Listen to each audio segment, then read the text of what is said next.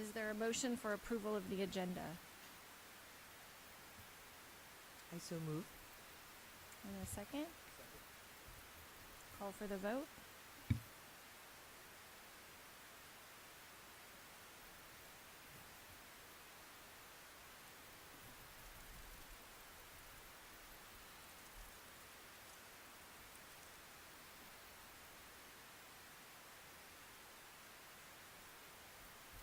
That also passes unanimously.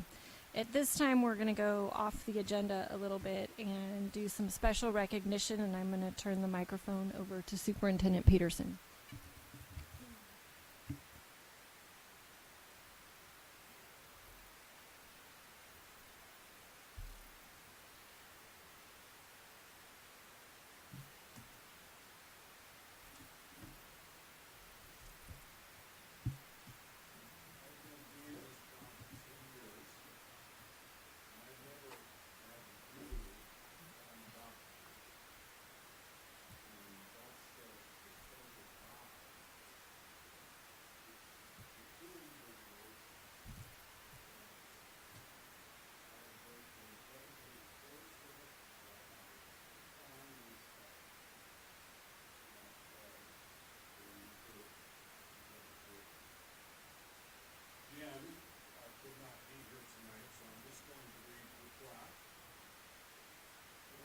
And appreciation of 16 years of service. Thank you for your strong advocacy for students, dedication to accountability, and constant drive for improvement.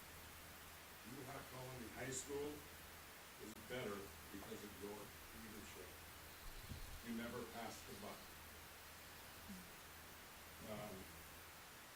Most of you know I meet with seniors this time of year.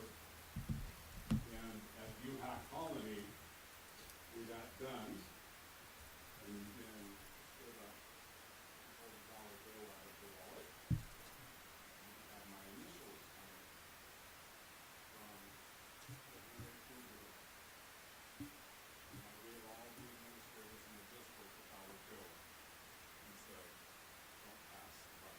Remember your business.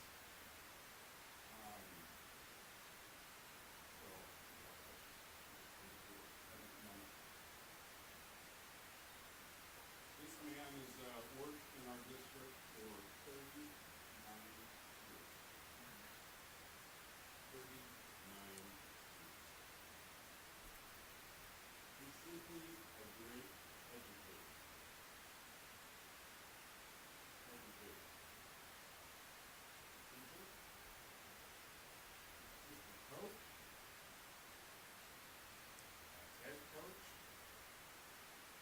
an athletic director, an assistant principal for the last 10 years. He has been an incredible leader for Golden Valley High School. And not just for Golden Valley High School, but our entire district. He has mentored and coached almost every AD and principal in our system.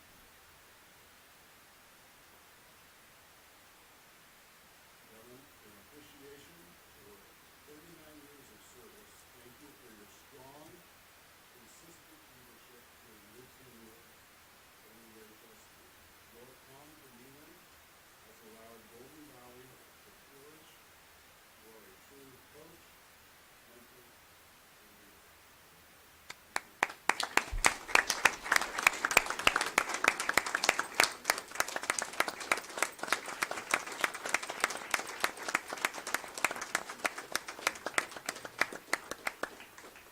Thank you, everybody. Learned this a long time ago from my pop. He said, there's a big chance to talk. We need to do three things. We need to be considerate, we need to brief, and we need to sit down. I just want to say thank you to everybody for the opportunity that I've been given in this district. I've only worked for one district. And I've only ever wanted to work for one district. It's been amazing to me. It's afforded me a lot of opportunity. It's just been, I've learned from so many people. I can start thanking people right now, but you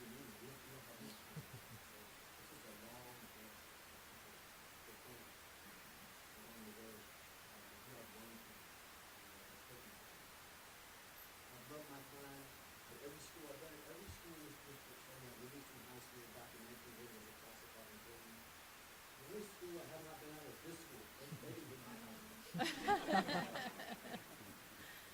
I've loved being at every job I've ever had. It was the last job I ever did one. And it's just, I loved it so much. So,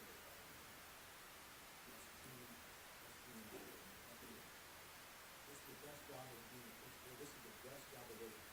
People ask me what I do. I like it.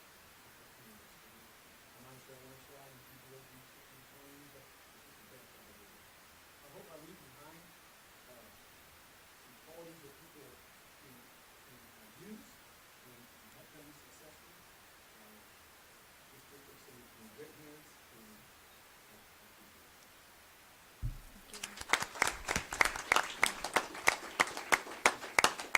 Mr. Swartwood, before you leave the podium, I do want to address a couple of things. First of all, you were my first athletic director back in '94 when I came on for swim coach.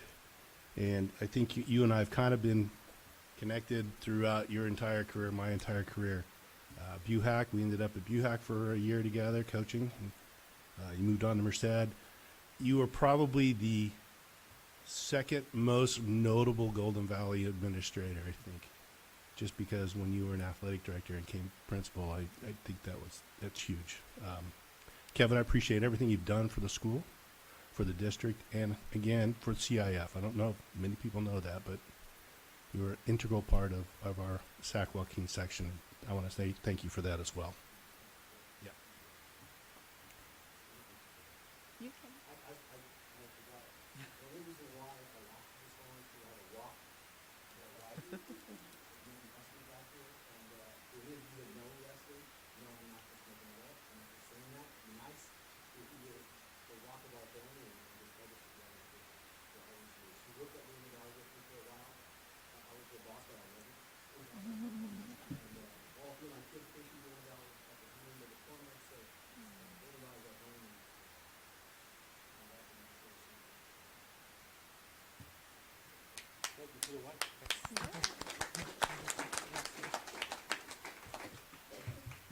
Well, I just wanted to add that I had the distinct pleasure of having Mr. Swartwood as my freshman biology teacher.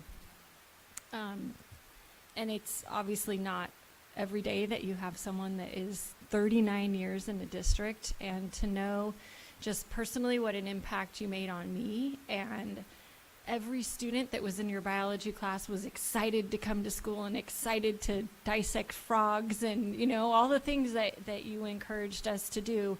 And I know that you took that energy and enthusiasm and sincerity to every level that you moved through this district, and to know not just the students' lives that you touched, but staff, and what a role model you've been and a mentor for so many people, as Alan said. But you really have raised great leaders in our district, and we have been very, very fortunate to have you. So thank you very much, Mr. Swartwood. Oh, I want to say one thing. Yes. I just want to say thank you for everything you've done for our students. You've poured so much of yourself into our students. And just chatting with a few, I got great feedback. Some of them talked about connecting with you of the Cougar Pride quote of the day, and how much you engage with students, and how you're genuinely interested in what they do.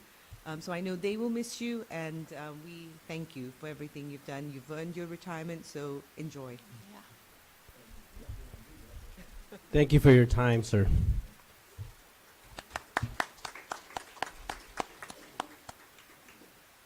All right, at this time, we'll turn it over to Mrs. Cope for the showcase.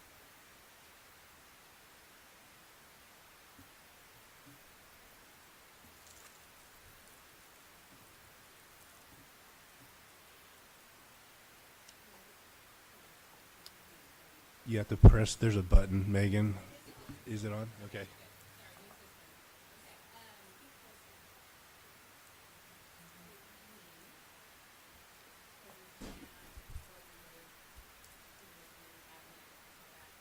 Today, I'd like to introduce to you several students from our FTLA group.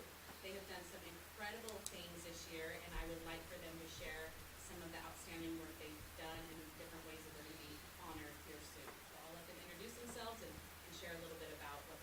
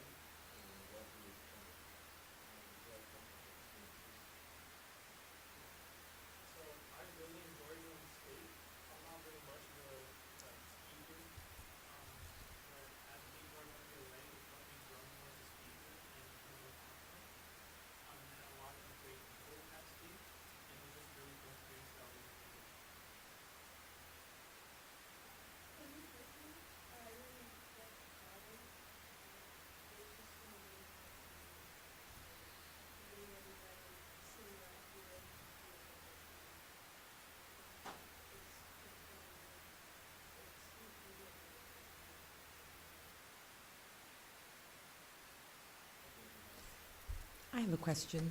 So how many hours did that game take to create between the music, the art, and the programming? How many hours have you invested in it? Right. So I did mention throughout the whole year we worked on this, and I would say at least an hour per day. Obviously, we have an hour per day, so we didn't work all the way through the overtime, but we kind of maintained that hour per day pace in order to produce. Thank you. So what class is that the three of you were in collaborating? So we had all taken Mr. Patini's programming class, but this was throughout different years. So it was honestly surprising when we were together after like the different classes that we were part of. We had all taken Mr. Patini's class and he kind of rolled us into the way it was sort of realized that really all of this is thanks to Mr. Patini and getting us involved. Well, great job to you three and the whole team. Mm-hmm. Looks a little bit like Minecraft, does it? So the colors are Is that what it is? Minecraft, but it's more, I'd say there's more detail. No, there is, yeah. Well, congratulations, you guys did a great job. Where's nationals? Nationals will be in November. Oh, nice. Very fun. Very fun. When will that be? When will that be? This will be from June 29th to You're all seniors? yeah, Oh. all of this. Nice. Mm-hmm. Well, good luck. Yeah, congratulations and good luck to all of you. And you know, it's incredible that you're also officers at the state level. That's not common, right? So, great job. Thank you. All right, Mrs. Cope, principal's report. Awesome. So that's really exciting that our students are being given this opportunity, and that's really kind of what I'm speaking about tonight. And so tonight's principal's report is kind of like aloha. It's a welcome and a goodbye. There's lots of positive things happening at El Capitan this year that I would like to talk about a little bit. So first in academic success we have seniors that are going to a variety of universities, and so I just want to give some shout outs. We have two students that will be going to Yale, another going to Clemson, a handful of students going to Cal, UC Merced, and so I just want to make sure that we point out that we do have really successful students that are doing some great things. Am I going to be, oh, there we go. Okay. Oops, wrong way. Tomorrow night we have our scholarship night, and so we're very excited about that. I got the estimated amount of total scholarships, grants that our students will be getting from El Capitan, and it's right around $800,000 that our seniors have earned. So we're very excited about that. And we had 8 students earn very sizable scholarships from the Virginia Smith Trust on Monday night. So we're very excited. The bottom picture is of all of the students who earned a smaller size scholarship, and the top picture is for the students who got the larger scholarship. We've had some behavioral success this year, as you guys may have heard. In this slide, we talk about, there's some feedback from students and staff on how they feel discipline has been this school year. Overall, it's positive feedback from students and staff. You know, we can't make everyone happy, even though we try very hard, but we do have some that feel like it's only improved a little bit. We have the lowest tardies in the district, and we also have low cell phone violations that result in students being removed from the classroom. Some of our athletic success is that in the fall, they calculate the GPA for every sport in the fall, and so out of 10 sports, we had the highest GPA in 7 of 10 in the fall and 6 of 10 in the spring, and so that really talks about the expectations that our coaches set for our students, which, you know, they're students first. Athletics comes second.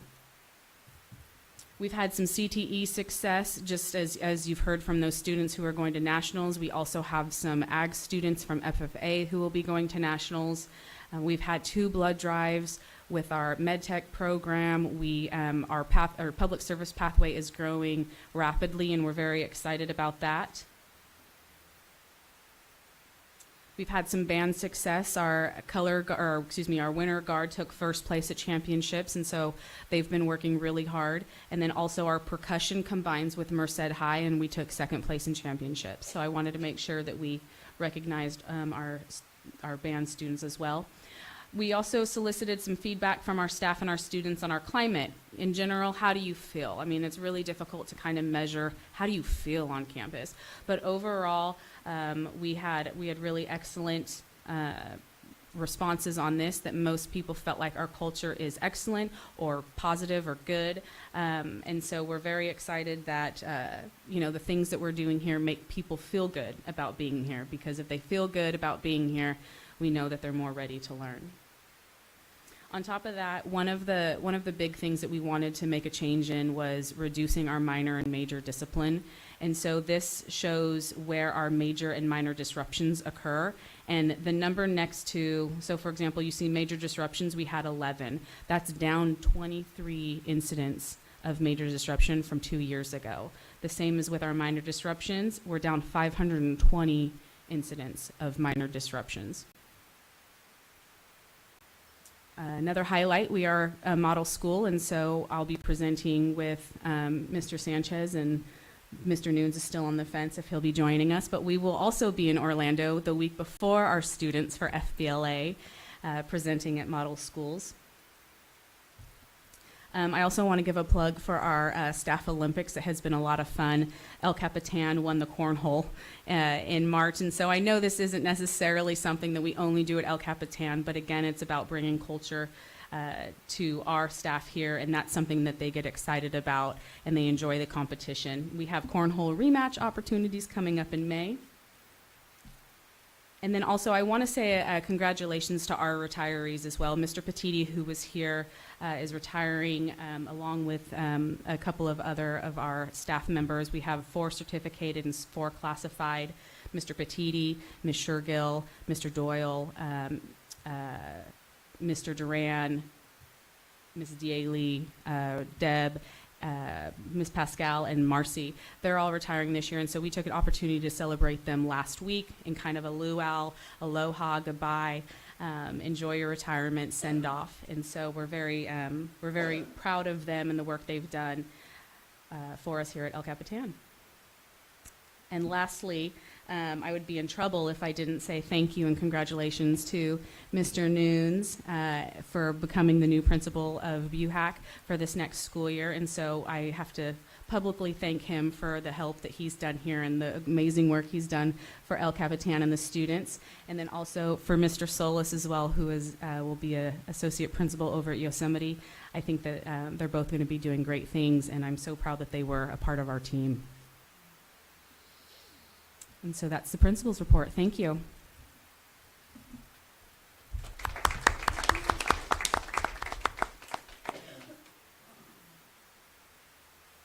Thank you, Mrs. Cope. At this time, we're moving into the general public comment period. The meeting is recorded. Individuals addressing the board are asked to fill out a speaker card located in the back of the room. Complete a blue card to speak to an item not on the agenda and a yellow card to speak to an item on the agenda. Please return the card to the administrative secretary of the governing board. Individuals addressing the board shall be limited to 3 minutes each with no more than 20 minutes per topic. During this portion of the agenda, the public is invited to comment on items which are not on the agenda but are within the subject matter jurisdiction of the Board of Trustees. The board will take no action at this time, but may refer the issue for further consideration. Individuals who wish to comment on agenda items shall be provided an opportunity to comment after the staff report and before the board's consideration of that item. Individuals who cannot wait to address the board when the agenda item is addressed may make their comments at this time. And we do have a couple of speakers tonight. Angel Barragan.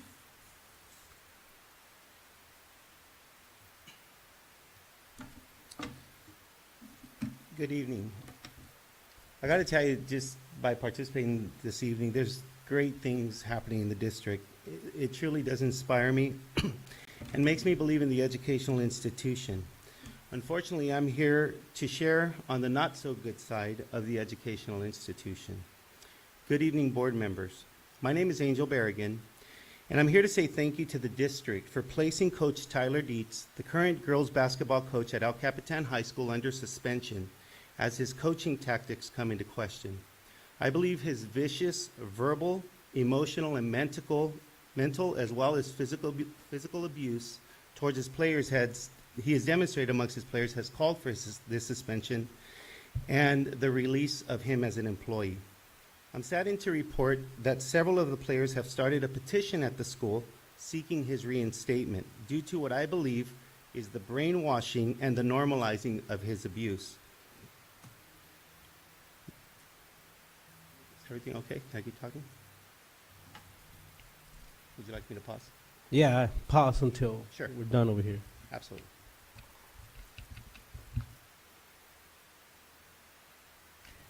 Mr. Barragan, you can speak to the situation, but not to the employee specifically. Does that make sense? So you may speak about the individual, you may speak about his position, but you may not use his name. I apologize. No, thank you. I apologize. Thank you for understanding. Yes. Okay. I'm saddened to report that several of his players have started a petition at the school seeking his reinstatement due to what I believe is the brainwashing and normalizing of his abuse. They classify his abuse as a form of mentorship. The petition claims that this coach has played a pivotal role in their team's success, when in fact the success they refer to are mostly first-round eliminations when it comes to playoffs, and the tolerance of not walking away or reporting this coach's abuse. This coach conducted himself in degrading, humiliating, embarrassing, and abusing his players throughout several years. In fact, in his early years, he would degrade his players by calling him the B word. In this past 23-24 season, he would scream at his players in an irate manner, refer to them as dumbasses, sorry jackasses, and zero IQ players, as well as stupid a-holes. He went to the extent of calling my daughter a stupid mother effer. In his claim to toughen up his players at will, he has hit them with full force with football pads, which football coaches normally use for practice with their players, in which they are fully protected with a helmet and shoulder pads and football pads.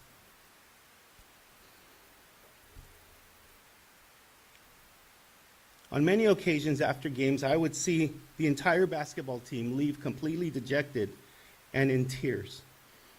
This is unacceptable, and it demands for this man to be receiving the attention that he's receiving. I apologize for feeling the need to report this to the board. It's just that if you'd see the pain that my daughter is enduring, you'd understand my anger. She is currently experiencing broken friendships, cold shoulders, and other forms of harassment. With that said, I'd be reminiscent leaving this meeting without acknowledging those who have been supported in this manner. I want to say thank you to Mrs. Cope, Mr. Nunes, the entire administrative staff here at El Capitan, along with Mr. Nicholson from the district office for guidance and support through this extremely challenging situation. Once again, it's my hope that the district fire this abusive member for his insupportable behavior. Thank you. Thank you, Mr. Barragan. Marcus Arellano.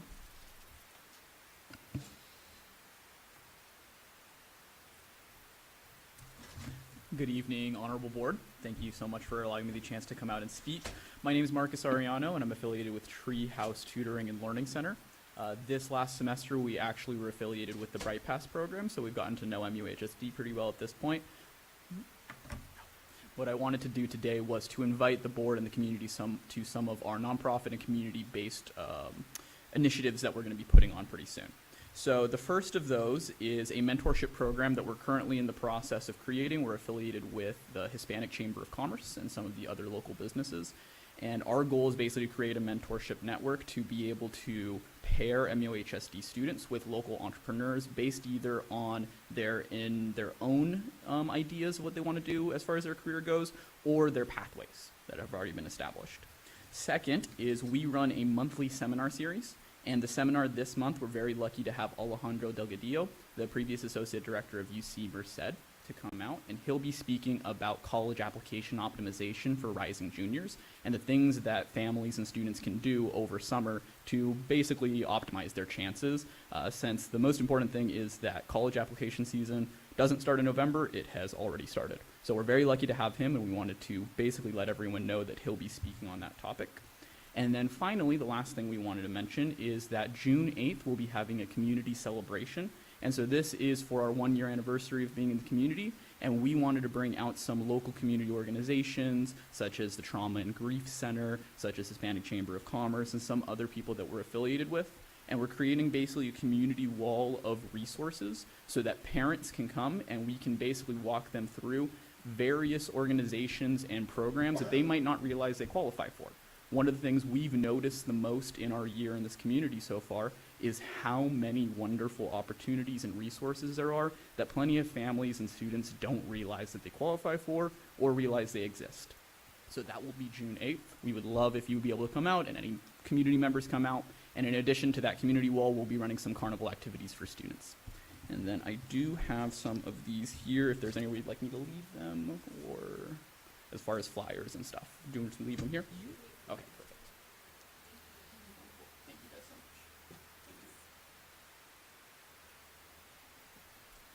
Thank you. Okay, at this time, we will move on to the reports and discussion section of the agenda, and we'll start with Dr. Weimer on budget planning.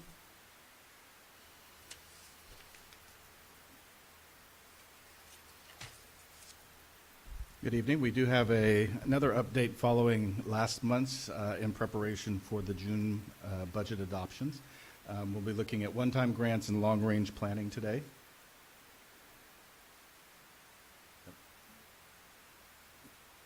All right, now we got it. So just a couple of updates for the state of the state.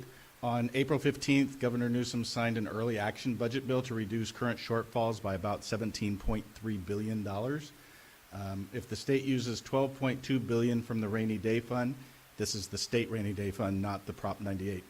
They have two rainy day funds, so this is the general state proposition rainy day fund.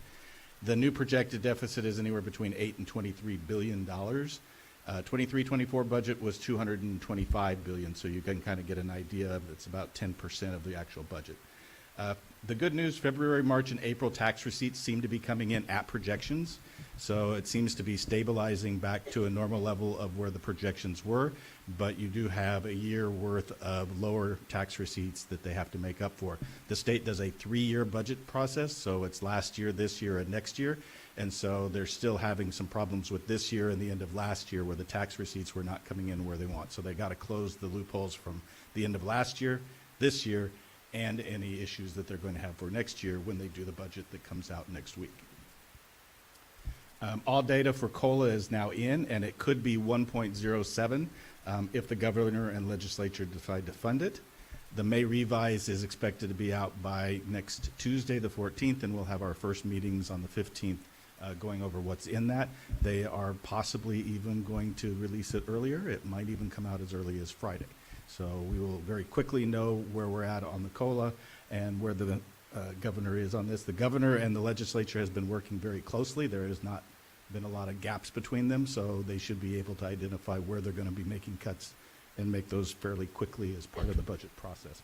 Most of those are not going to most likely affect us, especially not in a regular operating form. There are things that might affect education, but a lot of the one-time and new funding were things that are mostly for elementary schools, TK building program, after-school programs for them, and a bond program that they might not fund, which we might have been able to access some of those, but we're like way back in the line. We wouldn't have been able to get them anyway. But it might be able to delay when we might get some reimbursement from the state on bond funds, matching funds. So the state of districts, not just ours, but districts across the state. In 22, There were 977 school districts in California. 38 of the 58 counties have seen declining enrollment, and that's expected to move up to over 41 over the next decade. So the large majority of the state is in declining enrollment. Merced Union High School District was actually down 108 students this year from last year, but we were still up from 370 from pre-COVID levels of the 1920. So we're up in the long run, but we're down compared to last year. And because we did have a little bit better attendance percentage and some good work on Saturday schools to recoup attendance, even though we lost 108 students, we only lost 12 ADA. So we get funded on the ADA. We lost some students, but not quite that much. That's 12 students we would consider to be pretty much flat. In 2019-2020, P2 ADA was 94.45% of C-beds. C-beds is the number we take in October that tells us how many kids we actually have. P2 is what we're actually going to get paid on. That's how many kids actually stay with us and what their attendance rate is. So those two things combined. So those were at 94.4. Historically, we're getting back to 92.6. So not as good as it was pre-COVID levels, but we're starting to see it get closer to back to where we were at normal. This is a real quick indication of where some of those school districts are in declining enrollment. Qualified and negative means when they did their second interim, they were saying in their second or third year they wouldn't be able to pay their bills. And you can see that you went from 22, 23, you had 9 who were qualified, which means they might not pay their bills, and 2 who were saying they couldn't pay their bills, to over 31 and 5 this last year who said they might not be able to pay their bills in the third year. So we are nowhere close to that, but you can see this happening in a lot of areas around us. So expended by the end of 23-24, we're moving on into the one, I'm sure I didn't skip one by going too fast there. We're looking at the one-time grant funds now. These are the funds that were reviewed at the November 8th, 23 meeting at Golden Valley.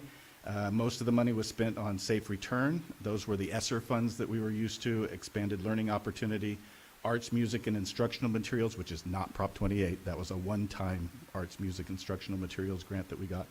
And then the ESSER 1 to 3 money. So all of that money is gone by the end of this year. So that money has been expended. But we do have some one-time funding remaining, but all of these have very specific uses. So it's not like we have the ability to go spend them any way we would like. They all have plans that have come before you at one point over the last couple of years. The A through G improvement grant is restricted to recovering A through G courses, so credit recovery, educator effectiveness, professional development in our induction program. Learning Recovery Block Grant, which is going to be part of the LCAP this year on what that funding is going to be used for. Outdoor Equity Grant is not by CDE, it's actually from the Park Service to be able to get students to have more experience in the outdoors and in the state parks. Community Schools Partnership is an annual allocation we get that is to basically East Campus and Golden Valley to work with community partners to bring services onto campus.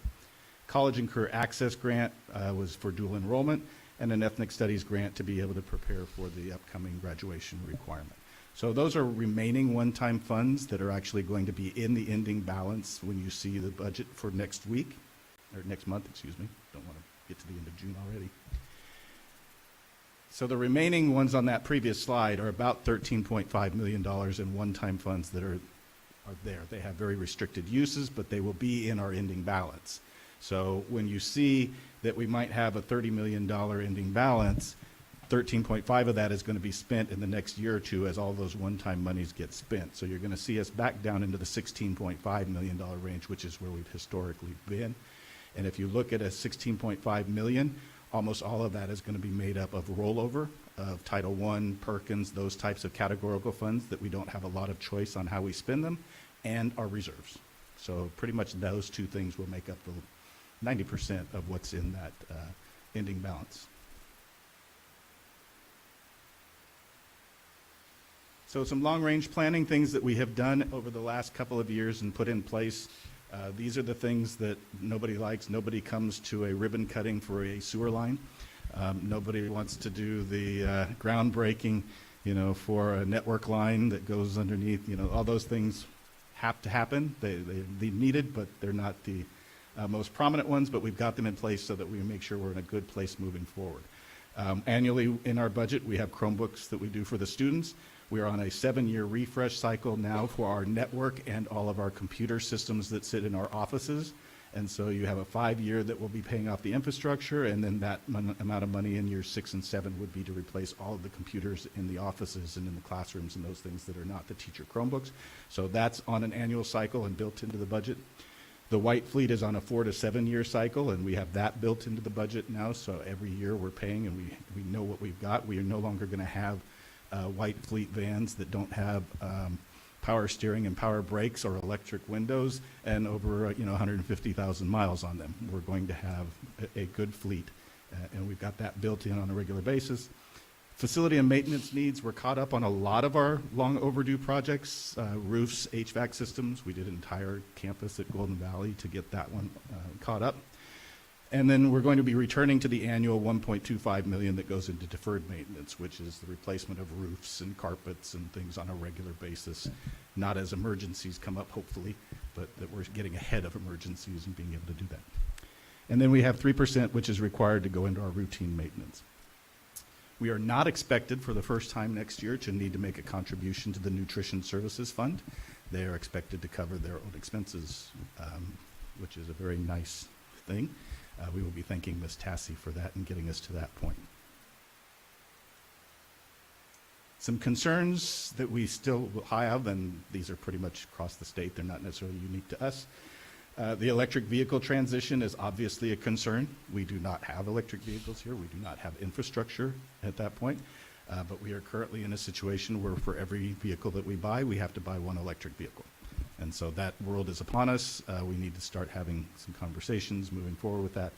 There are lots of grants and things out there, and we're pairing with Modesto and some other places that have actually done this so that they can help walk us through where we're going to go and how we're going to start doing that. Power needs and infrastructure. Almost all of our campuses could use a power influx. But again, that's lots of wiring, that's lots of infrastructure, that's lots of construction. We do need to be expanding that and looking at how we can do that over the next couple of years. Aging facilities, we've got regular routine repairs in there, but we do have, we're going to be getting tight when something breaks.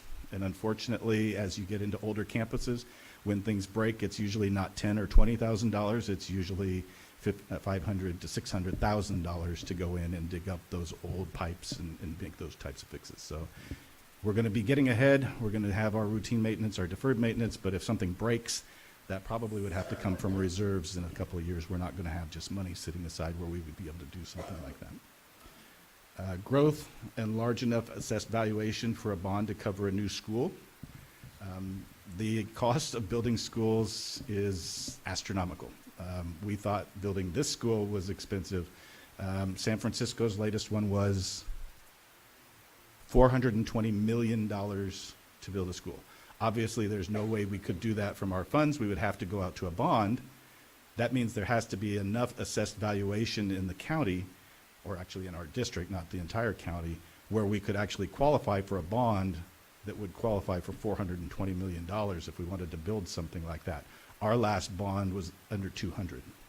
So the idea when we get here and start talking in a few years, when the Virginia's Trust starts to build out and all of this stuff out in this area starts to develop, there better be a lot of valuation that comes with that, or we're not going to be able to pass a bond large enough to be able to build a new high school. So that is an area of concern. I won't be here at the time, but it is an area of concern that we need to be looking at. Cost and end dates for instructional materials and adoption contracts. Online stuff's expensive. And it's good that we can't go back to the old days where you're using a 20-year-old history textbook or, a 30-year-old biology book. We aren't in that situation anymore because when our contracts expire, we have nothing. So you have to keep renewing them and you have to build those things into the budget. And so they're getting more and more expensive.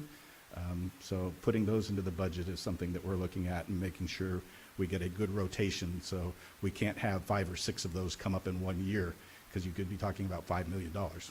And we get about $600,000 in lottery money for instructional materials. So we have to alternate those things and make sure we get a good path going forward in ed services. And I will be working on that, setting that up over the next couple of years to make sure that rotation is there so it's in a way we can handle it. Stirs and purrs is always going to be a problem. No matter who sits at this desk, it will always be the first thing out of everyone's mouth. And then the 1.5% step-in column. As those things increase, those are automatic increases. Nobody wants to hear about it in negotiations. They want it to be our problem. We want it to be their problem. It's a problem. It just is. That's one of the things that we always go around. Automatic increases. So even if we don't get a COLA, our expenses go up. And so that's something we have to face. And then special education costs are just what they are. The lawsuits, the services, the things are just continuing to increase every year. Probably should have switched those slides and ended on the good note rather than on the concern notes, but they are not things we're unaware of. They're not things that are unique to us. We do have a wide variety of advocacy groups that we meet with who are talking about most of these issues at the state level. So it is something we're keeping an eye on, trying to work out as many of the details as we can, and moving forward with other schools and districts throughout the state on trying to handle these problems. And that's all we've got. Any questions? The next one will actually be the budget in June.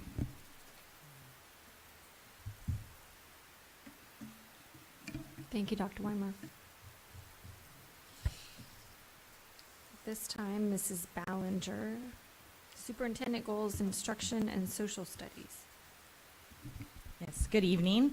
We wanted to bring you an update on 2 of our superintendent goals. Both the instruction goal and the social studies goal are first-year goals, so we've only been working on them about 5 months. Mrs. Berman, our program administrator, has been leading the work with both of these areas, so she's going to share with you tonight the great work she's done and her teams. Good evening, President Ham, board members, Superintendent Peterson, Cabinet, and Ms. Robrack. Like Mrs. Ballinger said, I'm here to update you on the great work that has been happening around these 2 goals. We'll start with the instruction goal. Down, thank you. So we just have the goal listed here, and what's important to note about both of these is we're trying to increase the level of rigor, and that's really what it comes down to. The level of rigor that each student is encountering throughout their school day. To accomplish that, this is what we've been working on so far during the spring. We have engaged in a book study, and by we, I mean a large team of amazing instructional minds across the district, comprised of our instructional coaches, our induction mentors. We have brought our librarians on now as well, and some district staff, our assistant superintendent, Mrs. Ballinger, and we have all come together to do this book study around rigor by design, which is helping us kind of frame and structure the professional development that we're going to provide to all staff next year. That professional development is really being built right now by the coaches and mentors in collaboration, and we will be kind of revising it along the way. So they are going to be presenting it to a larger group at the end of this week and making sure that it's ready to go. This is another kind of just outline of our plan for next year. Our instructional coaches and mentors created a poster that we hope to post in every single classroom across the district. The poster outlines the 4 different levels of what we're calling deeper learning, which also align with the 4 levels of DOK, which stands for depth of knowledge. Depth of knowledge is really the tool, like the how we measure the level of rigor that's happening in the class and the opportunities that students are being provided. So we plan beyond the poster to provide a training for all of our administrators, just to make sure that we're calibrated on the same page and everyone has the same information.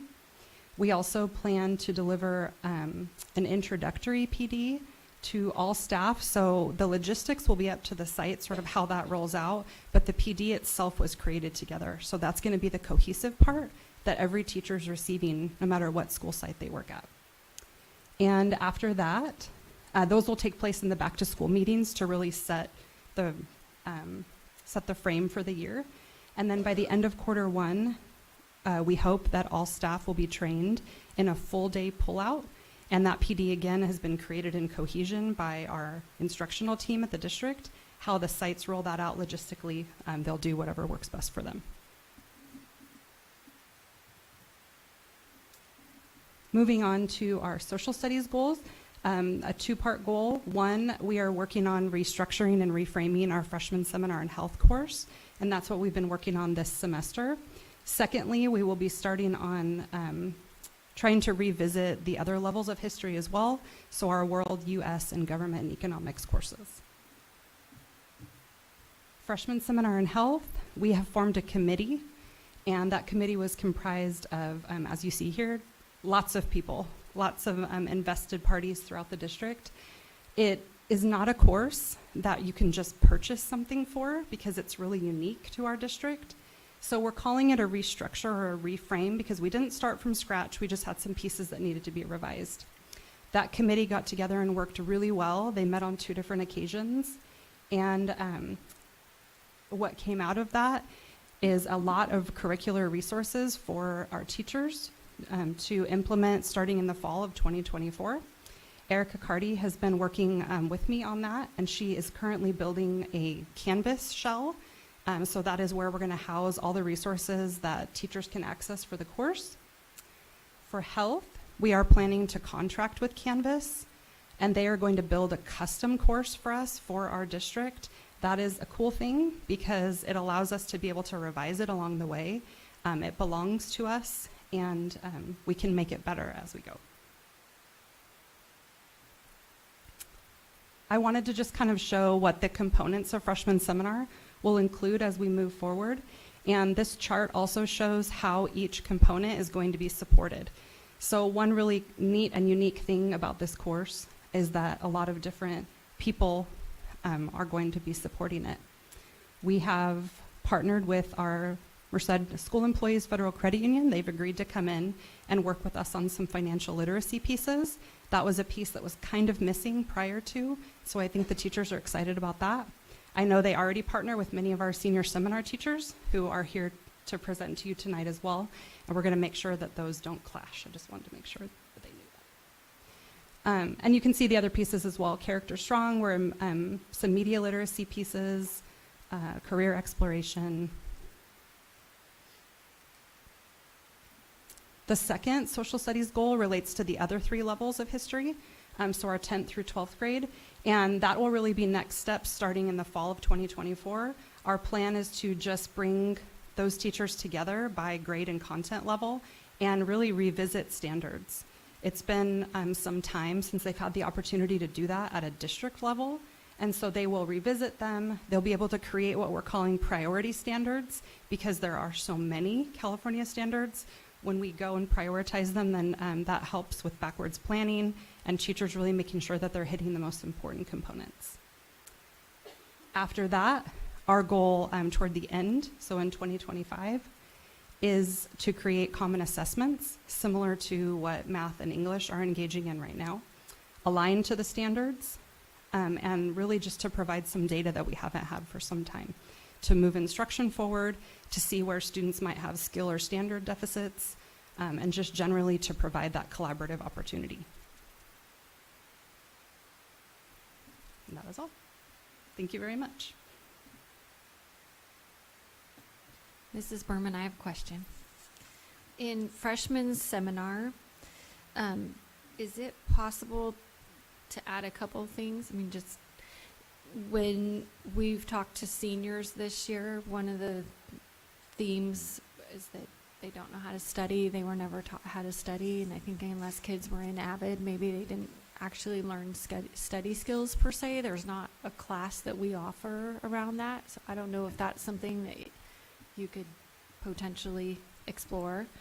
And then the other is around college prep and just understanding what's required. I know there was one district when we went to the school board conference that really did a great job with freshmen talking about what's required if you're going to go to the community college, what's required if you're going to a UC, and the difference between perhaps going to UC Merced versus UCLA. And then if you want to go out of state, if you want to go to Fresno State, I mean, all these different things. And then not only what kind of grades and extracurriculars you have to have and the classes you have to take, but also how much it's going to cost. and potentially even introducing students to some of the scholarships that are available in our community, because again, there have been some seniors this year that said, I didn't even know that I could qualify for those things. I didn't know that there might be money available to me. I thought I could never afford to go beyond Merced College. And students have said, we all know about Merced College, right? And we have a lot of kids in our community who that's a great fit for. Kids want to know more. We've got a lot of really strong achievers, and they're wanting to learn about four-year education and opportunities. And so I think we do a great job with CTE pathways and, post-high school career opportunities, but I think we could do better with our freshmen, and perhaps this is an area where they could learn more about that. Yes. So I think it was a two-part question. So going back to your first, I just want to make sure I address both pieces. So when you asked about the study habits, here, we have embedded, it's on there. It says digital citizenship, but essentially that is kind of an open-ended piece of the course where teachers can infuse whatever they feel is necessary, and a lot of them called it how to do high school unit. And so that could be exploring like different Google apps and really developing those executive function skills that we know they're missing. I was looking at Christy because that's her term. And then some of them are going to take that more as like a digital citizenship or boot camp, just being very hyper aware of how to use the tools that they have available to them. That is something that we could mention as well as just like general study habits being added into that little mini unit. Also, I think that this chart helps address what you had asked about as well. The career exploration unit, that really should say college and career. And that was kind of just a piece of language left out on my part. We are going to be utilizing California colleges within the course, and within that, they're going to be doing both pieces of exploration, career and college. We also have Pathful Explore, which is a really neat curricular platform we have to explore various pathways as well. I know I put our counseling staff as being supported by, because the counselors do a great job as well of partnering with all the schools and coming into the classes and addressing the pieces you mentioned as well, which is different preparatory knowledge they need to know to make the best choice for them. I don't know if Mandy has anything to add on that. Thank you. Thank you. Any other questions? Then we'll turn again to Mrs. Ballinger and senior seminar. So I think you just mentioned it, that a lot of our seniors say they wish they had known these things, and we hear a lot from the community and from our students that they wish they had opportunities for classes on life skills, on financial literacy, and really our senior seminar class has turned into that. So I did want our wonderful teachers to share with you tonight, because we do need to publicize it more, because a lot of students don't know that this class exists. A lot of our seniors, when we met with them for LCAP meetings, and they said, well, we really wish we had this. And I said, didn't you know about senior seminar? And they would say no. So we really want to start expanding that publicity for this class. I'm very thankful for our teachers who were able to make it tonight and give up some time and come share with you. I also want to publicly thank Tiffany Calderons, my admin assistant, but she's really been helpful this year in helping our senior seminar teachers have time to collaborate. They collaborate once a month on Zoom at the end of their workday, and Tiffany helps facilitate that. She also helps plan guest speakers for them, so she's been very helpful for them. They've also gotten guest speakers on their own. I think that our seniors this year have had a really great experience in that class, and I think you'll see from some of the testimonials in here. So I know that Mr. DeRay and Mr. Doucette were not able to make it tonight, so we'll start with our LCAP team. But could you guys maybe just make them down? Yeah. Okay, thank you. Hi, good evening. I'm Mrs. Fry, one of the senior seminar teachers here. And I'm Crystal Angel, the other senior seminar teacher. I think I said down. Okay. They wanted us to share a couple of the other campuses. Sorry, if you ladies would be sure to talk into the mic, then people on YouTube can hear you. Thank you. Do you want to read the first quote? Yeah, that's fine. Yeah, so this was Atwater High. First off, they had the Ron Smith carbine experience, And then they had a really cool, actually, I wish he was here to talk about it, but it was their SRO did a traffic stop and how to, like, oh, I gotta think of the word, but be, I guess, proactive on it, what not to do, what to do, how to talk to an officer, what you should have, what you probably shouldn't have, kind of things. It definitely got us wanting to do it as well. But yeah, the first quote says, "This is one of the important classes I have taken. It has prepared me for what to expect in the real world because it taught me real life skills." And then senior seminar is an essential class I am delighted to have taken part of this year. I've learned a lot about real world issues while being given the ability to talk maturely about them with peers. The information I've received in this class was enough for me to feel that it should be required at all high schools. These are lifelong skills that can be extremely beneficial to anyone willing to listen.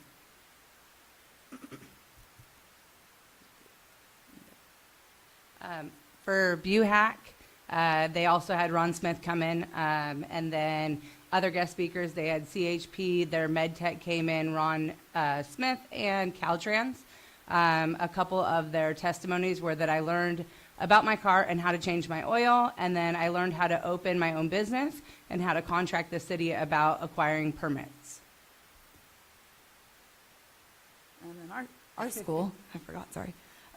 We had quite a few, some pictures up there to showcase the CHP, Nick Smith, Caltrans. We did MedTech. MedTech was really awesome. We did, with our MedTech and students here, we did basic first aid training. They did presentations with our class, but then we also went into their classroom and did hands-on learning, so kids got to learn if there was like a big cut, how to bandage it up and bondage stuff. So real hands-on, real life skills. One of mine was the MSCFCU that we had a presentation with them, and I had with them that weekend 3 students go and open an account because they didn't know how to, and their parents didn't know how to.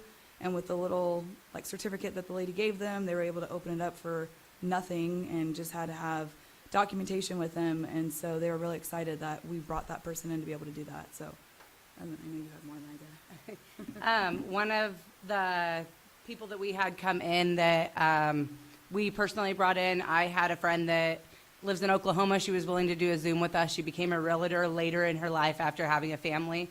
And she shared a lot about her life story and how she made some mistakes in high school and right after high school. And so just being able to talk to those kids and tell them that, like, if they don't really know what they want to do, they can be extremely successful in the long run, because she's doing amazing there. And then I had a kid come into me and right after our auto unit, and I had taken all the kids out to like 4 different cars and showed them where spare tires were and all the tools were, and really wanted to show them that all cars are different. She came in and she said, "Oh my gosh, I used what you taught us. Like, I would have had to call AAA. It would have been expensive. I wouldn't, like, it would have been horrible. And I was about to do it, and I called my sister and I said, 'Can you meet me here? I can change the tire.' And she actually was able to find all of her stuff and change her own tires. So just these little skills that they watched videos, but I did do a little bit hands-on, and they didn't actually like learn from me to change the tire, but they did it through video, but they would have never gotten that. And so I just feel like the second year teaching this class has been extremely beneficial. We've shown a lot of growth from last year to this year, and I can only imagine it's going to keep getting better.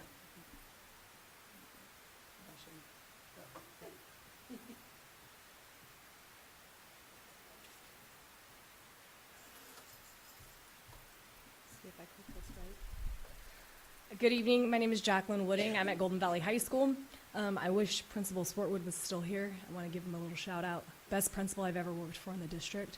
I am saddened to see him go, but I'm so excited that he gets a little time off. But he actually chose me to be the teacher for this course. He said, "Jacqueline, we need someone like you because you're real, you're raw, you're going to teach the kids what they need to know." So today I actually had the captain of MUHSD Fire Department come and be a guest speaker. And he started off and asked the students, "What is this class? Because I don't really know what I'm supposed to be speaking about." And one of the young men in my classroom raised his hand and he said, "This is everything that high school doesn't teach you. But it's what we need to know to be an actual adult." My kids are very scared about becoming an adult. And them coming into my classroom, I did a pre-survey and I was just like, we have a lot to do. So one of the things that I have up there, it's kind of small because I try to fit a lot of stuff on there. I asked my students, and I sent out a survey, and I asked them, have you learned something about life, adulting, or something from this course? You see 100% of my students said yes. There was only 37 students there that day. I have 46 in that class. So it's a huge class. Next year I have 2 sections of it. You can see there's pictures up there of different guest speakers. They really liked, putting the drunk goggles on from the CHP department. And they really, it changed their mindset of possibly, getting behind a wheel, being a drunk driver, because they got to actually feel what it was like to be a drunk driver themselves. I put a few testimonials up there for my students. I just feel like I get a little glimpse of what life is like, so I am not completely taken by surprise when I'm out of high school. I enjoy the class very much, and I always look forward to it and always want to learn when I walk in the class. All the different units are so fun, and there's something for everyone. Second one, it's taught me a lot of things that I would not normally have learned through experience, but most of these things being bad things. Now that I've learned about them, they can be prevented. I've also learned about life skills that we may have only learned a little bit about through our parents or searching online, but now I've actually been taught those things instead of trying to piece things together. It's one less thing I have to worry about dealing with the future. The next one, I think that it's really clarified things I had questions about but was too afraid to ask. It also helped me aware of other things that I would have never thought to think or concern myself with. And the last one, I learned how to value myself and my future. One of my last units that we did was a human trafficking unit. And then we had a woman from the Valley Crisis Center in Merced come and speak to my students, and my students' reflections on just that woman coming and telling her story. It was empowering, and a lot of our students don't understand that that's happening right here. And then we had the chief of the fire department come in, and he started talking about human trafficking and all the calls that they go on. And so our students are not aware of things that they should be aware of. I'm just sad that they're figuring it out their senior year. I think we need to do a better job of teaching it earlier on. I think Kim, my husband, teaches freshman seminar, and so I think with, like the revamping of what Kim is doing, I think that that's good. I think we need to make this not necessarily a requirement, but we need to tell students about it. I think I had a lot of students because of the teacher that I am, not because of the course. I'm hoping next year it's because of the course, not just because of me. Thank you for your time. I appreciate that.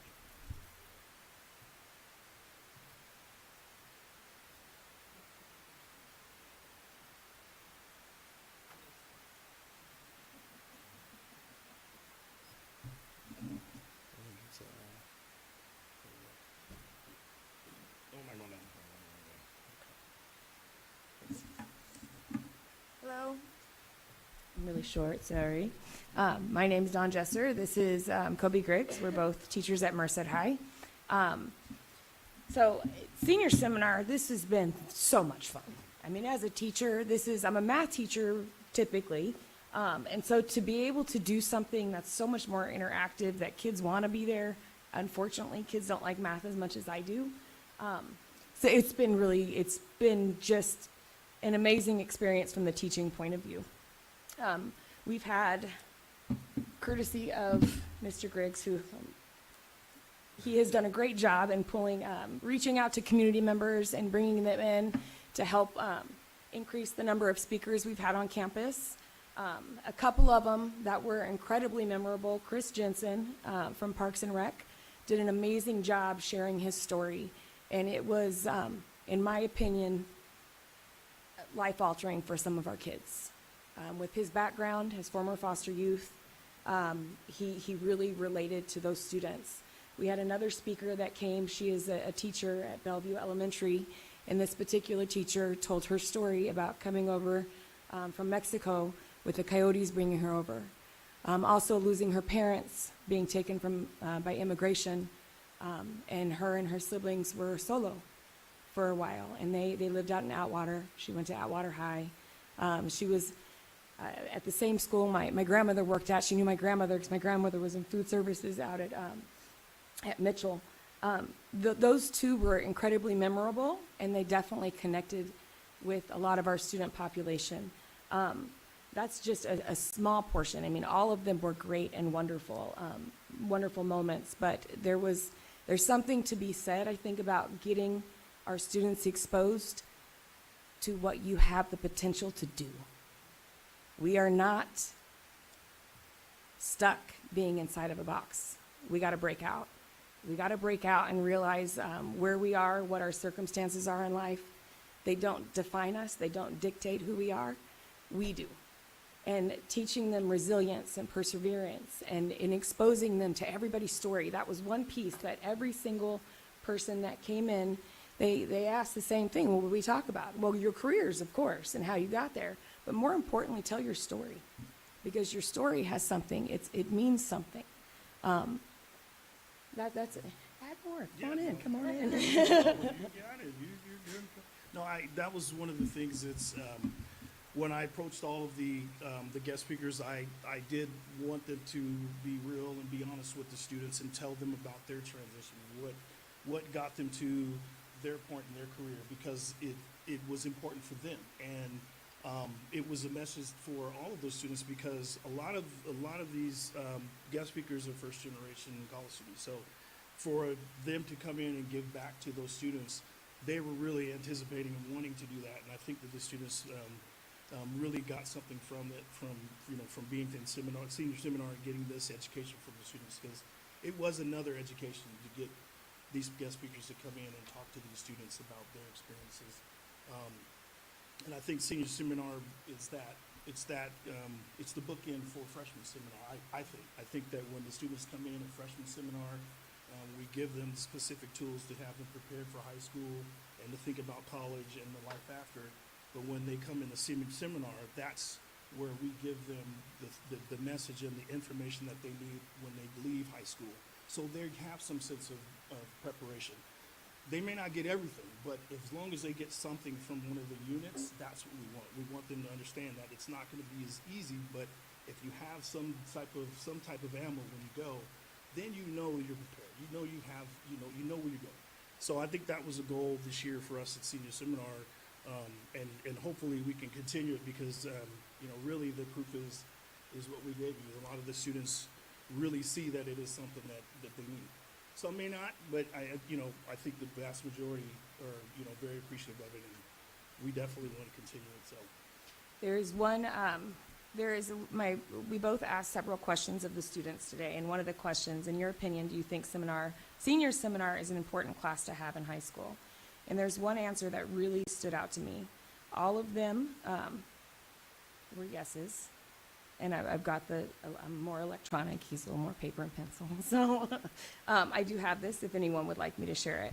This particular student, in my opinion, senior seminar was an important class to me. As a first generation graduate, it made me aware of everything that's expected of me in my senior year. Aside from school, it prepared me for what's to come in the near future with housing, what insurance I'll need, if I'm going to grocery plan or eat out every day, and what that will cost me. How I'm going to get around, what car will I pick, will it be reliable, how to apply for jobs, will I be responsible with a credit card, or will I get into debt easy? Depending on if your family has given you this information and you know the responsibility of being an adult, then you wouldn't need senior seminar. But as someone who wasn't aware, this information has helped me a lot. I don't think we are aware of what families teach students at home. I think we need to operate under the assumption that they don't. It's better to be safe than sorry. This class has been, again, as a teacher, it's found a very special place in my heart. I love engaging with students, and the level of engagement. I got a chatty class, man. They are so much fun to talk to, and they will throw questions at me that throw me for a loop sometimes, but they always deserve an answer. And so definitely grateful to be able to be one of the teachers from Merced High, our first year having it, and look forward to the future and seeing it grow. You got two more, just a second. Okay. Which direction? Okay, wrong way, okay. Livingston.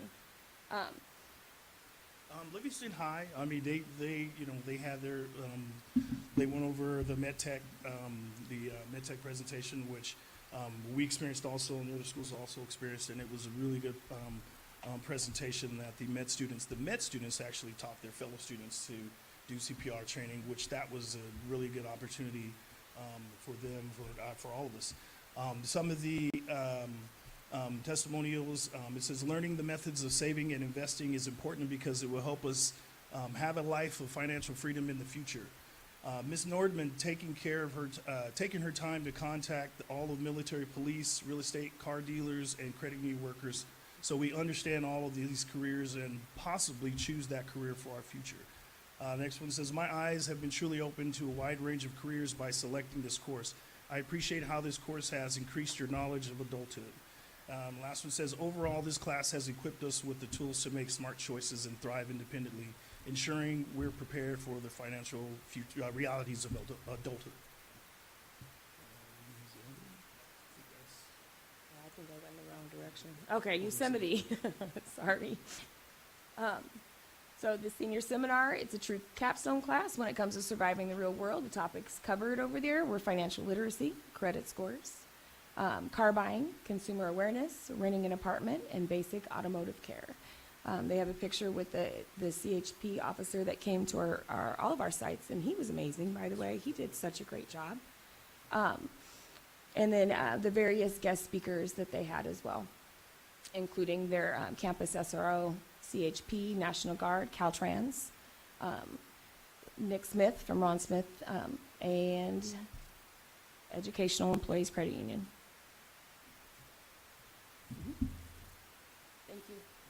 Hey, while the two of you are up there, I did senior interviews at Merced High, and one of the questions was, do you feel prepared for the next chapter when you graduate?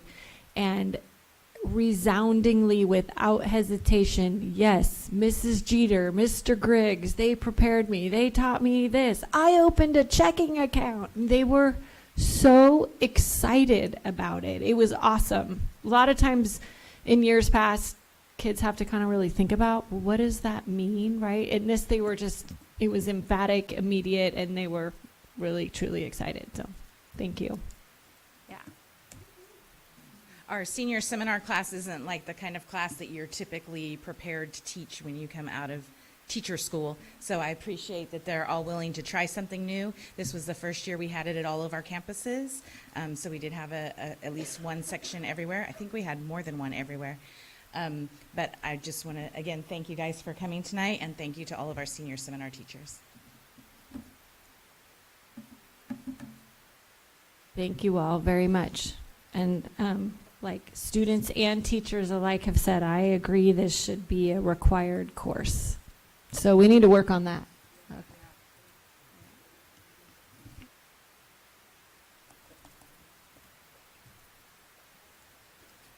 All right, Mr. Peterson, you're up. Cell phone policy. Thank you. Mr. Weimer, I will assist At least I got through one presentation today before everybody took off. Almost everybody. So Cabinet has been reviewing the cell phone policy and taking a look at Golden Valley and the way in which things went at Golden Valley this year. We looked at the current board policy and noticed that the current board policy is actually very similar to what is at Golden Valley right now as far as the policy is concerned. So the policy actually is Board Policy 5131, item number 6. And I'm just going to read a couple of things which are currently in board policy. Talking about cell phones, such devices shall be turned off in class, except when being used for a valid instructional or other school-related purposes determined by the teacher. While on campus, students may possess a electronic signaling device, cell phone, provided that such devices do not disrupt the educational program. If a disruption occurs, a student uses an electronic communication device for improper activities, a school employee shall direct the student to turn off the device and or confiscate it. And so as you read the policy that exists, it matches pretty much with the policy behind what Golden Valley was doing this particular year. The difference is there is no administrative regulation right now that goes along with that board policy, which is usually the enforcement mechanism or the expectations of how that policy will be implemented. Cabinet has been looking at what Golden Valley has and working on a draft administrative regulation. We'll be going over that with our principals at DLT next week, and then potentially June and August at our end of the year meetings and our startup meetings.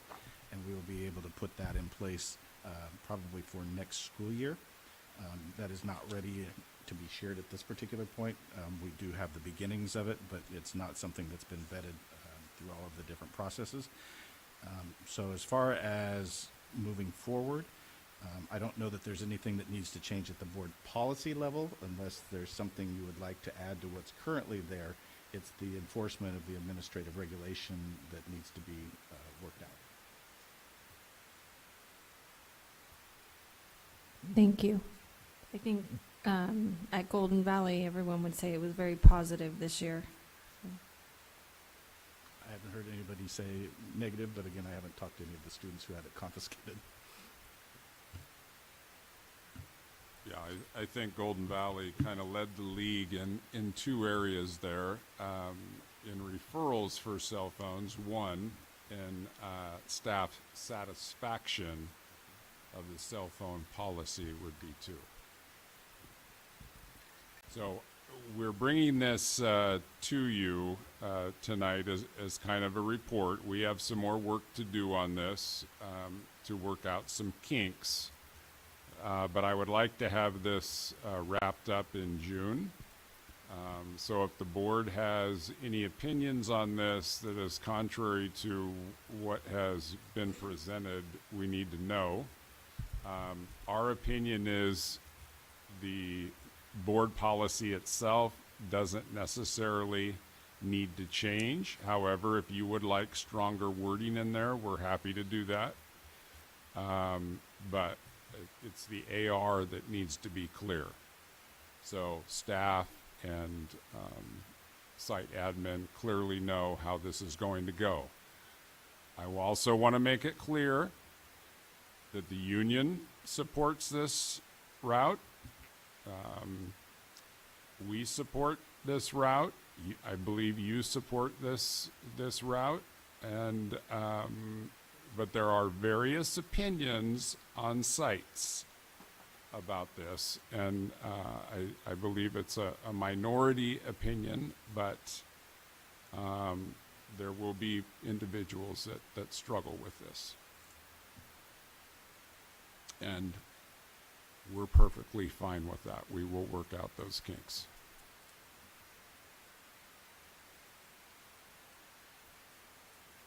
Thoughts? I mean, I think we have to have a clear enforceable policy that staff are comfortable enforcing. And, I mean, I think Golden Valley was a great test this year, and I think, I mean, I have heard from students and staff alike that it was very positive. Students who maybe weren't so excited initially, but then who learned that having the cell phone distraction be non-existent was a true benefit for everybody. Absolutely. Okay. Okay, so just to be clear, we're going to come back to you in June with a clear AR. It will not be an action item. We'll keep the board policy the same. Yes? Yes, I would agree with that, Mr. Peterson. Good. Thank you. Okay, now we move on to the Employee Association comment period.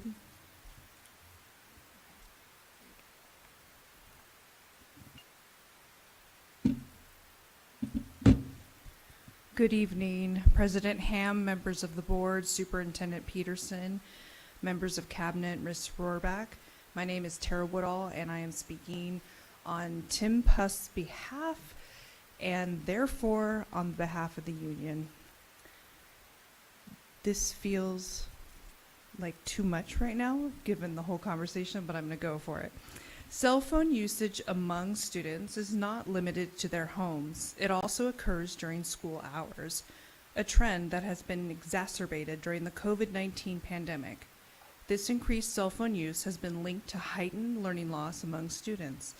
As schools work towards recovering from the impact of the pandemic, parents and school leaders are coming together to emphasize the importance of both the academic focus in the classroom and the social emotional skill of self-management. Limiting cell phone usage is a crucial step in achieving these goals.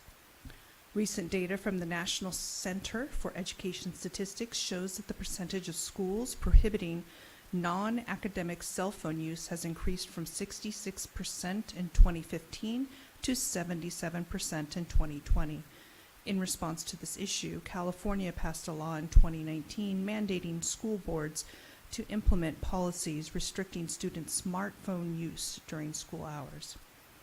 The MUHSD TA is prepared and willing to collaborate with our district in helping students reduce their reliance on these intentionally addictive devices. The Golden Valley model, while not flawless, has shown promising results in guiding students towards realizing that they can manage without the constant stimulation of their cell phones for short periods of time. This work at GV should be the beginning of a broader effort. While we acknowledge the need to address the use of other devices moving forward, we agree that starting with cell phones is a crucial first step that we must navigate together. It is vital that we do not delay action due to concerns about the efforts involved. We respectfully urge this board to proceed with implementing a district-wide cell phone policy, perhaps better to say administrative regulation, based on the successful principles of the Golden Valley model. Thank you. Are there any questions? Hi, Tara. So you're a staff member at Golden Valley. Can you give us your personal opinion about how that was? Yes, I can. So as a teacher librarian, by the way, this is my second board meeting in a row, I am not in a classroom, the same classroom every day. So I go in and co-teach with other teachers. So I can say, as a co-teacher in a classroom where I have not developed the same level of relationships that the normal, I don't want to say normal, that the everyday classroom teacher does, it was very hard for me to do that because I had I didn't have as deep of a relationship with the kid. So a couple kids were very angry with me when I enforced the policy.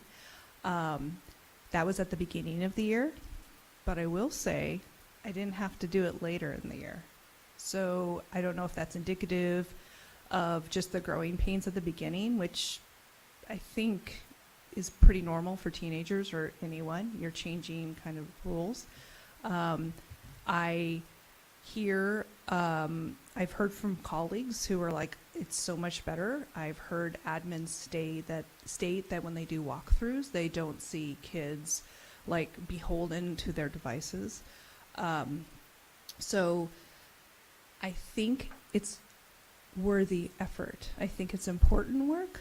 I think it's not easy work, but we didn't get into this business because it's easy work. We got into this business because it's important. And I think the key is that we also have to stress to our students about, I feel like I'm trying to echo the themes from the senior seminar, that we're trying to develop these kind of life skills. And part of it is how to manage using technology in appropriate ways. Now, I will say you can use cell phones for academic reasons. And I've witnessed when I've been in classrooms helping teachers and co-teaching, I've seen kids say, hey, can I get out my phone so I can scan this to put this in my portfolio? Or, hey, can I use this to take a picture of the board? Or things like that. I also collaborate with the film teacher, and they definitely need to use these to complete their academic projects. So it's been really interesting to see the change from the beginning of the year where this student was very angry that I had the temerity to tell her to take her cell phone per policy to our IC center. But I think it's gotten better. From what I've heard and what I've observed, I think it has. Nothing is perfect. Perfection truly is the enemy of good. Thank you, Tara. I appreciate that. I will say, because one of my other jobs in life is a UC mentor, so I actually get to come on campus at Golden Valley and watch teacher candidates. And I did see a big change, because last year, spring when I was there, you would still see the students sneaking, you know, they'd get their phones out and sneak, yeah. And this year, I didn't see half, if zero. And I'm just a fly on the wall. They don't know who I am, and I don't talk to them a whole lot, so usually don't notice me. And I just want to say, yeah, I've seen that in classes at Golden Valley. It seems to have been a much better environment for them. Thank you. Oh, could I add one more thing that just occurred to me? Apologies. I think one thing that really works well at Golden Valley, and staff has told me this, and I think that's really key. We need something consistent across the district that is very easy for staff to implement. We use our Mingo system, where essentially it's a couple clicks, type in the ID number or search for the kid's name, boom, and then it through the Mingo system, there's a series of kind of like dominoes. Forgive me for not having more eloquent language, that if the kid does not show up at IC with the phone, then that is incomplete in the system. So it really leverages technology to kind of do some of that heavy lifting to free the adults to do the more human things, if that is clear at all. Yeah, I appreciate that. I thought it Appreciate was that, well yeah. said, Thank you. actually. Yeah. Yeah. The human things, the Definitely. be the nice people. Yes, we have to build relationships, and if we have to spend time filling out this complicated form and then following up to make sure the kid got there, it takes us away from the magic we can do. Whereas we've had Minga, this program where you just kind of like, it's like, I think it's like programming. I wish the FBLA students were here. They would explain it far better than I. And I think that's key, is you have to set it up so it's simple, it's consistent, and nothing is ever perfect, but I think we're showing some great improvement at Golden Valley. Thank you. So do you believe the recommendation earlier accomplishes what you shared on behalf of Mr. Pust? Forgive my lack of complete understanding of all the intricacies of running a school board, but it is my understanding that the administrative regulation is just how the lofty ideal is managed. Is that correct? That's the piece. All right. I think it's that simple, and our site council discussed this at our last meeting, and the sense we got from the representatives is that the staff is on board, the faculty's on board. Okay. Thank you very much. You're welcome. Maybe I'll be back next month. You're very welcome. All right. At this time, we will move on to the consent agenda. Is there a motion to approve? Yes, I'll make a motion to approve the consent agenda. And a second? Okay. Are there any questions? Then we'll call for the vote. Meanwhile, Trustee Jayasinka, would you like to acknowledge the donations? I would. Oh, and by the way, I Ms. Roback. Okay, on behalf of the Board of Trustees, I would like to thank the following donors for their generosity. For Atwater High School, we have a donation by Dr. Harriet Andrea Neves to be used for the Isabella and Harry Neves Scholarship. At Golden Valley High School, we have a donation from the Merced Garden Club to be used for the Merced Garden Club Scholarship.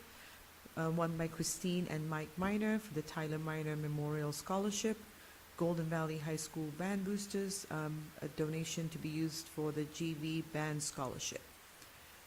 Going on to Independence and Yosemite High Schools, we have a donation from the Mechanics Bank to be used towards an event. And Livingston High School, donation from the Alumni Association to be used towards student scholarships. And then for Atwater High School, another donation by Dr. Harriet Andrea Neves to be used towards the Isabella and Harry Neves Scholarship. Cindy Ramirez towards the Eddie Guerrero Memorial Scholarship. Card Gas Inc. To be used towards the Brian Payson Athletic Scholarship. Christine and Mike Miner towards the Tyler Miner Memorial Scholarship. Again, thank you to all the donors for the generosity. Thank you, Mrs. Jayasinghe, and the consent agenda carries. Okay, at this time, we'll move on to a pack-filled action agenda. Mr. Nicholson.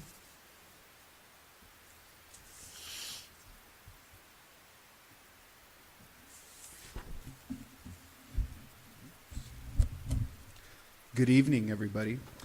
I am here tonight to bring the MUHSD and CSEA initial proposal for the 24-27 negotiations. The EERA requires that the district and its bargaining units sunshine their initial proposals prior to commencing negotiations.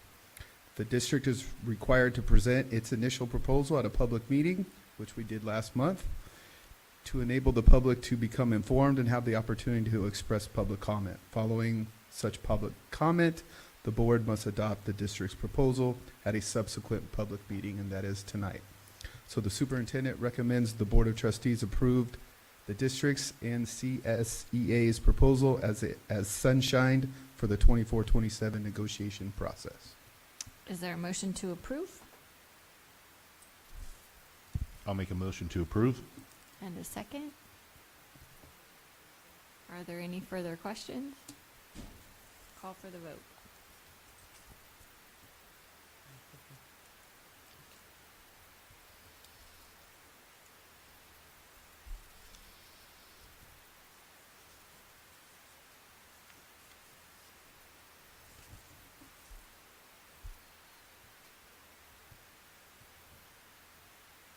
And that carries. Mr. Nicholson.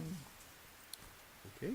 I'm here bringing our annual declaration of need of qualified educators.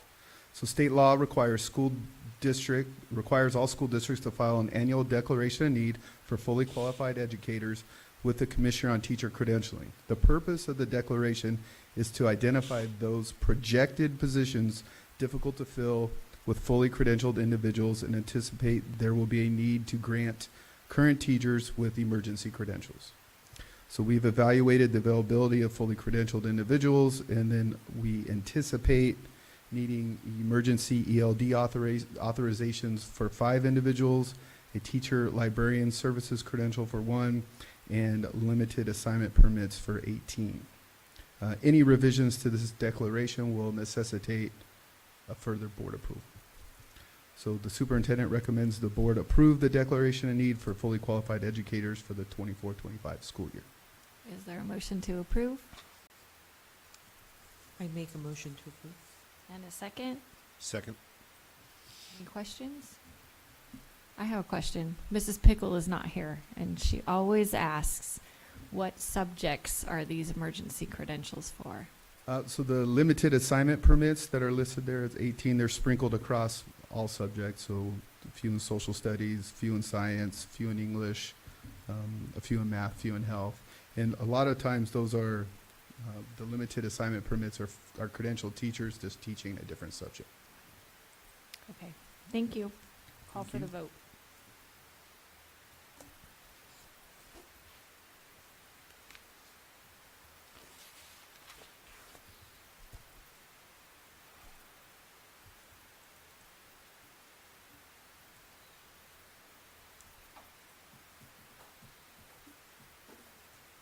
And that carries. All right, Mrs. Miller, you get the whole rest of the action agenda. Thank you so much. So I am excited to be here today to present the award of the bids for the MUHSD Colony High School Stadium projects and also El Capitan High School Stadium projects, not sewer or water projects. Not to say they're not as relevant or important, but these are long-awaited projects, of course, that we've been looking forward to. as you can see, just before I start, you'll notice that we have CMAS contracts on there. So for time management purposes, I'll try to be efficient and condense some of that communication. And if you have any questions, just stop me and ask those questions, please. Okay, getting started. MUHSD Colony High School Stadium Project. April 30th, 2024, Merced Union High School District received a bid from Harris Builders of Hillmar, California. Of the 9 competitive bids MUHSD received, Harris Builders was the low, responsive, and responsible bidder. The cost for the project was $10,192,850. The superintendent recommends the board award the MUHSD Colony High School Stadium project to Harris Builders of Hillmar, California. Is there a motion to approve? I'll make a motion to approve the bid. And a second? I second that motion. Any further questions? Call for the vote. Melissa, how did this vary compared to what you anticipated the cost to be? You know, we came, what I would say, under budget, and considering the amount of time that it took to develop our documentation and really get this through. And so we originally anticipated that it would hit about anywhere between 12 to 13 million. So we were right on that mark. I want to stress that we really appreciate the competitive nature of this experience, and that all the contractors that bid did an excellent job. And I think I agree with everything Melissa. When the numbers started coming out, we were excited. Okay. Yep. So, I'm sorry, did we go ahead and vote? Yes, that one Okay. carries. Thank Okay. you. Moving on to, okay. All right, so as I stated, you're going to see CMAS contracts in the following items, and those help us. These are purchasing materials directly, and that collectively saves us the overhead and profit that a contractor might add to their bid if we were to do it through that avenue. So I would say that we probably saved about a little less than $400,000 doing this method. Okay. So the superintendent recommends the board approve and award the by board contract number 665-22 for the stadium bleacher system at the MUHSD Colony High School Stadium project. Is there a motion to approve? I so move. And a second? I second that. Are there any further questions? I just would like to know what kind of bleacher seats these are. Like, Merced High is the newest stadium, so compared to that, they're very similar to, and it is the same It's the system. same company, Same right? company, Yeah. yes. Mhm. Southern Bleacher. Oh, yeah. do you have any idea how much They monopolize the area, so yeah. has their price gone up much since Merced High? You know, honestly, we haven't really looked at the significant amount of costs that might have arisen from the past couple years, but it's certainly something that we should look at. Okay. Thank you. There is a definitive difference in the design because of the geographical constraints.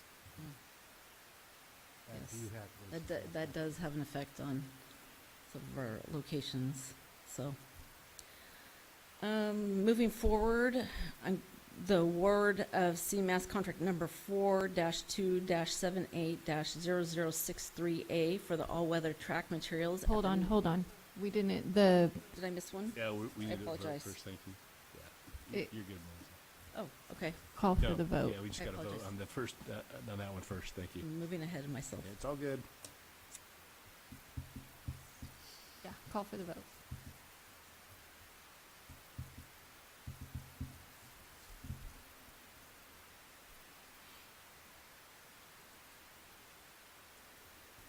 And that carries. All right.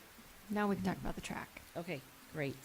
The superintendent recommends the board approve and award the CMAS contract number 4-12-78-0063A for the all-weather track materials at the new MUHSD Colony High School Stadium project.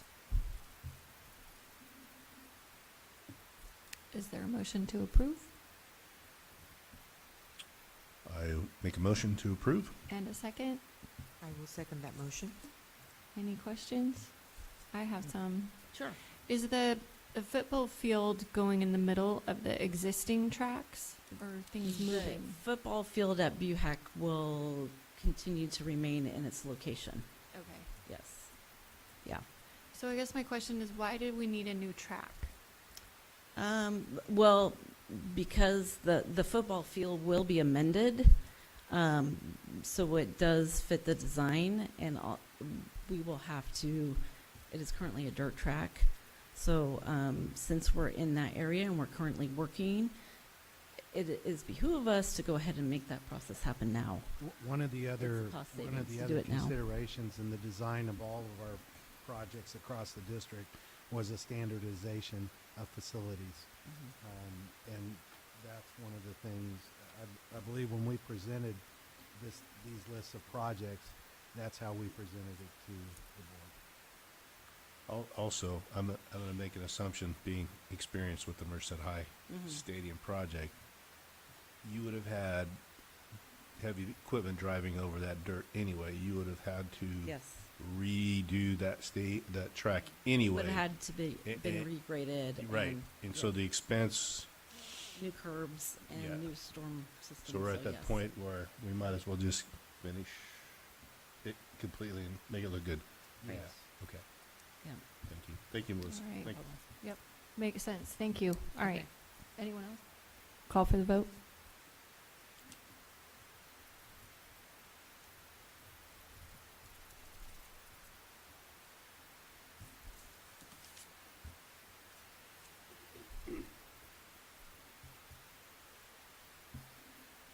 All right. BUHAC's getting a great new stadium. Moving on. The superintendent recommends the board approve and award the Sourcewell contract number 041123-MSL for the Musco lighting materials at the new BUHAC Colony High School Stadium project.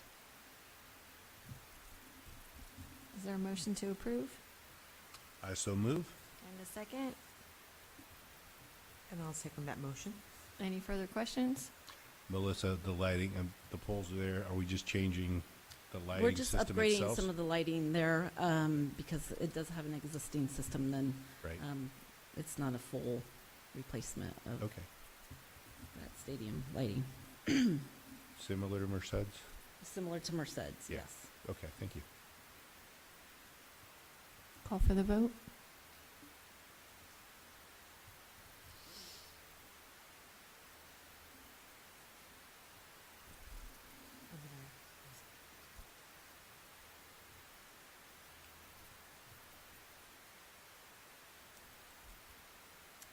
And that one carries. Moving on. Okay. The superintendent recommends the board approve and award Omnia contract -08-37 for the stadium scoreboard at the new BUHAC Colony High School Stadium project. Is there a motion to approve? Go ahead. I make a motion to approve. I'll second that. Are there any questions? The only question I would have is, Merced High was able to get some sponsorships, Correct. community Yes. donations. Will the Right. other schools have the opportunity to do that? At this point, it's probably a little late in the game, so, Would you be kind of close to a change order at this yes, point? correct. Yeah, Thank what was approved through DSA was a digital scoreboard infrastructure. And that's what we're gonna put in, but the actual scoreboard, and we're open to make this The happen. actual scoreboard will remain the typical basic scoreboard that you see maybe at So similar like an to Golden upgraded Valley. version, At the similar to basic. Atwater High School or Livingston. Golden Valley's? Correct. Standard. Correct. Standard. So if a donor came forward, they could potentially get naming rights and upgrade the scoreboard? Certainly could. Okay, Yes. very good. Any other questions? Call for the vote.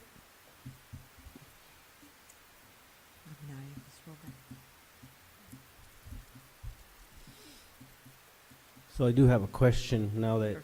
I think that's all for BUHAC, right? Yes, What's correct. the grand total? I believe it hit about 12 million, a little less than 13 million, so 12.1 No, or it was something. 14,378, 729. But that was also including Oh, everything. that includes your That includes the architect architects and- Yes, yes. and the testing. and Those stuff. are the testing total of the services and bids- inspection services and architectural services. You got your contingency in there. The total of the bids that were just approved for Contingency is very BUHAC is important. 12,109,582. Correct. There you go.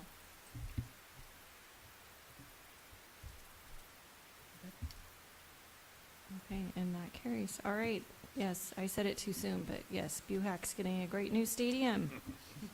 Now, LCAP's turn. Okay, great. May 2nd, 2024, Merced Union High School District received a bid from Kaya Services LLC of Bakersfield, California. Of the 6 competitive bids MUHSD received, Kaya Services was the low responsive and responsible bidder. The superintendent recommends the board award the El Capitan High School Stadium project to Kaya Services of Bakersfield, California. Is there a motion to approve? I so move. And a second? I will second that motion. Any questions? Mrs. Ham, I really want to echo the same sentiment. I really, really am grateful and thankful to all of the competition that the contractors came in with. I think they did a great job of bidding this project, and I want to thank them publicly for it. Call for the vote.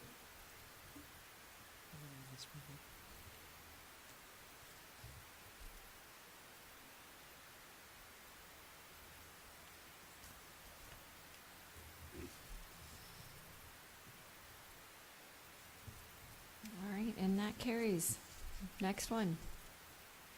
The superintendent recommends the board approve the award of the by-board contract number 665-22 for the stadium bleacher system at the new El Capitan High School Stadium project. Is there a motion to approve? I so move. And a second? I will second that motion. Any further questions? Call for the vote.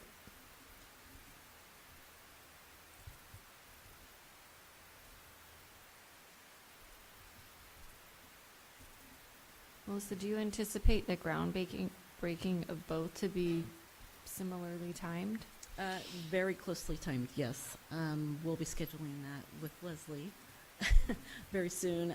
We just wanted to wait until we had this award completed before we move forward with that. Got it. Okay.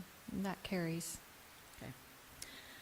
The superintendent recommends the board approve and award the CMAS contract number 4-12-78-0063A for the all-weather track materials at the new El Capitan High School Stadium project. Is there a motion to approve?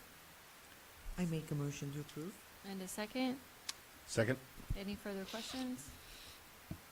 Call for the vote. So Melissa, both builders can start relatively quickly. Our intent is to begin work and construction on June 10th. Awesome. And what's the timing to finish? The timing it is reported to be completed by September 2025. Wow, okay. That also means that a potential groundbreaking is coming up very quickly, like the last week of May. Yes, Yeah. correct. Okay. Awesome.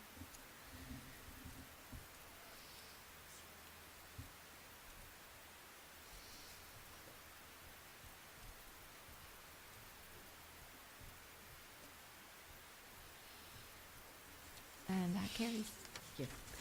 The superintendent recommends the board approve and award Sourcewell contract number 041123-MSL for the Musco lighting materials at the new El Capitan High School Stadium project.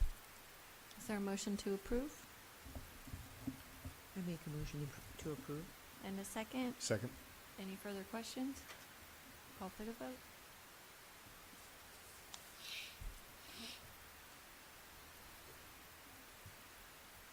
Melissa, how do you manage all of that construction going on at the campuses? You know, we have a great team of people around us that support us, and you know, as long as we have great contractors, that really makes the move simple and, well, I wouldn't say simple, but it makes it a little easier. So we just make it happen, right? And what about disruption to students? Is it We always coordinate with the site to make sure that, we minimize the amount of disruptions to classes and students and staff, because that's important, and everyone builds a relationship during that process, so. I'm just imagining with both of those sites, it's traffic and Yes. parking. Well, you could imagine, say, for instance, Atwater High School's pool project, that's a very condensed area, not much room for movement, so, we've had a great team over there, and they've worked well with the site to make that happen over there, so it's been well managed. Awesome.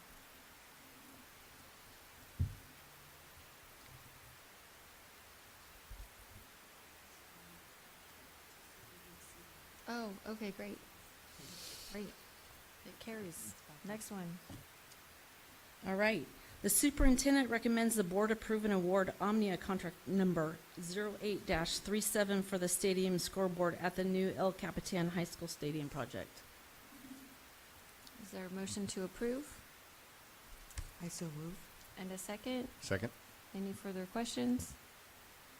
Call for the vote. I'd just like to take a note real quick as we're doing this last one too, in appreciation of the principals, the athletic directors, and the coaches on our other campuses. They've really stepped up during the pools to assist those programs that are being off of their campus for a year, and they'll step up to help with the track programs, the soccer programs, and the football programs at these schools as well. Awesome. And that one carries. All Thanks, right. Melissa. Well, thank you all very much. Thank you. Thank you for your hard work in coordinating all of this. Yep. All right, Mr. Peterson, Superintendent's report.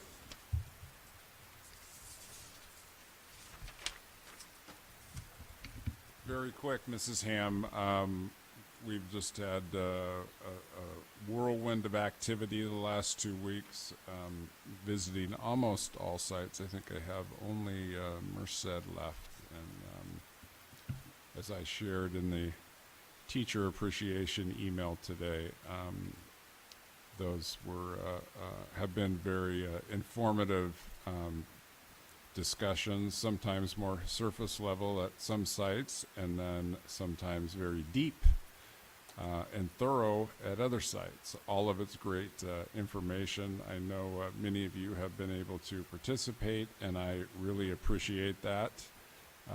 The principals really appreciate that, and I think the students do also. But overall, very positive feedback, and I think our students have had an excellent year this year. So looking forward to graduations in June. Thank you. All right, now we're moving on to the comment period. Mrs. Jayasinga. Thank you, President Ham. So this is turning out to be a busy month, busy in a fun way. I attended the senior lunches at Golden Valley and El Capitan, and I look forward to attending the senior interviews, scholarship nights, and of course celebrating our seniors at graduation. And then with today being Teacher Appreciation Day, thank you to all our teachers and then administrators and staff as always for everything you do for our students. Great. Mr. Valadez. Just normal thank you to all for what you do for the students, staff, and district. And we're almost done with this year, so we're going to start again in a few months. And yeah, we'll see you guys at graduations and other activities that are coming up. Thank you all for what you do. Thank you. Mr. Coleman. Yes. Turn my mic on. I've had a really good last 2 weeks being able to go to several senior lunches. It's great to be able to hear them. They're very frank and honest, giving us a lot of good ideas or things to think about for our district, and I do appreciate that as well. Participated with the senior interviews with MUHSD High School, and I've got to say as well that they were well prepared.